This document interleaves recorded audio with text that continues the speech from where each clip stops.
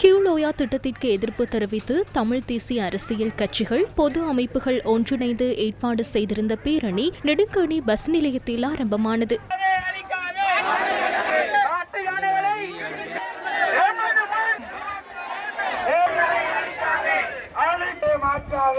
Bus நிலையத்திலிருந்து நெடுங்கணி பிரதேச செயலகம் வரை பேரணியாக சென்ற ஆர்ப்பாட்டக்காரர்கள் பிரதேச செயலகத்திற்கு முன்பாக எதிர்ப்பில் ஈடுபட்டனர்.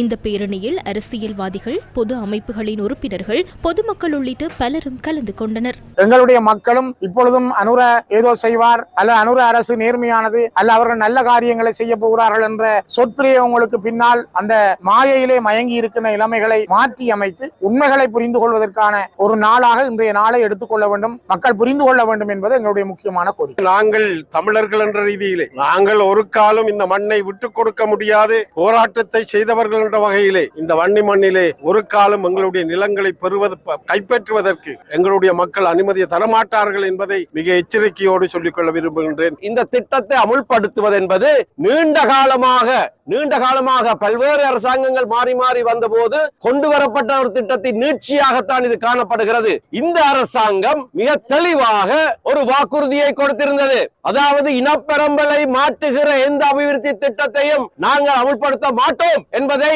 எழுத்திலே தெளிவாக சொல்லி இருக்கிற அந்த அரசாங்கம் தான் இப்பொழுது அதற்கு உத்தியோகபூர்வ அனுமதியை கொடுத்து அந்த திட்டத்தை நடைமுறைப்படுத்த இருக்கிறார்கள். வன்னி மன்னன் வாழ்ந்த இந்த மண்ணினுடைய இந்த பாதுகாக்க வேண்டுமாக இருந்தால் இவ்வாறான குடியேற்றங்கள் நிறுத்த வேண்டும். இந்த கிளியோயாவுடன் இதற்கு மேலதிகமாக அது உட்பட இது எந்த விதமான குடியேற்றங்களும் அல்லது மகாவலி என்ற பெயரில் யாரும் நுழைவதற்கு நாங்கள் அனுமதிக்க கூடாது. பின்னர் ஆர்ப்பாட்டக்காரர்கள் மகஜர் ஒன்றையும் நெடுங்கணி பிரதேச செயலாளரிடம் கையளித்தனர். இந்த ஆர்ப்பாட்டம் தொடர்பில் கடற்றொழில் அமைச்சர் ராமலிங்கம் சந்திரசேகர் கொழும்பில் இன்று இடம்பெற்ற ஊடகவியலாளர் சந்திப்பில் கருத்து வெளியிட்டார். இன்று விசேடமாக இப்பொழுது வடக்கில் ஒரு பூதகரமான பிரச்சனையாக மாற்றுவதற்கு முனைந்து கொண்டிருக்கின்ற பிரச்சனையாகவே நாங்கள் இந்த கியூலோயா திட்டத்தை பார்க்கின்றோம். நாங்கள் ஒரு உத்தரவாதத்தை தருகின்றோம். இப்பொழுதும் குடியேற்றம் வரப்போகின்றது. அது சிங்களவர்களுடைய குடியேற்றம் அல்ல, தமிழர்களுடைய குடியேற்றம். தமிழர்களை அந்த பிரதேசங்களுக்கு நாங்கள் குடியேற்ற போகின்றோம். கடந்த ஜனாதிபதி தேர்தலிலும் பொது தேர்தலிலும் மக்களால் நிராகரிக்கப்பட்ட நபர்கள், அந்த மக்களால் நிராகரிக்கப்பட்டவர்கள் இன்றைக்கு அடுத்து வரப்போகின்றது மாகாண சபை தேர்தலில். அந்த மாகாண சபை தேர்தலாவது தாங்கள் ஒரு முதலமைச்சராக அல்லது உறுப்பினராக வர முடியுமா?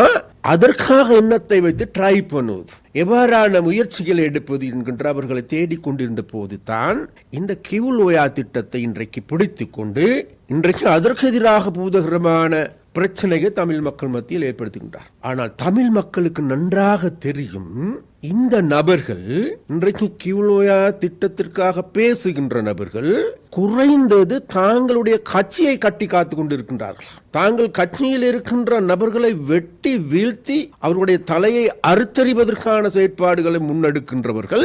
அதன் மூலமாக மக்களால், விசேடமாக வடக்கில் இருக்கின்ற தமிழ் மக்களால் தெரிவு செய்யப்பட்ட, தமிழ் மக்களால் ஆணை வழங்கப்பட்ட உறுப்பினர்களுக்கும் கூட வேட்டு வைக்கின்ற நபர்களாக மாறியிருக்கின்றனர்.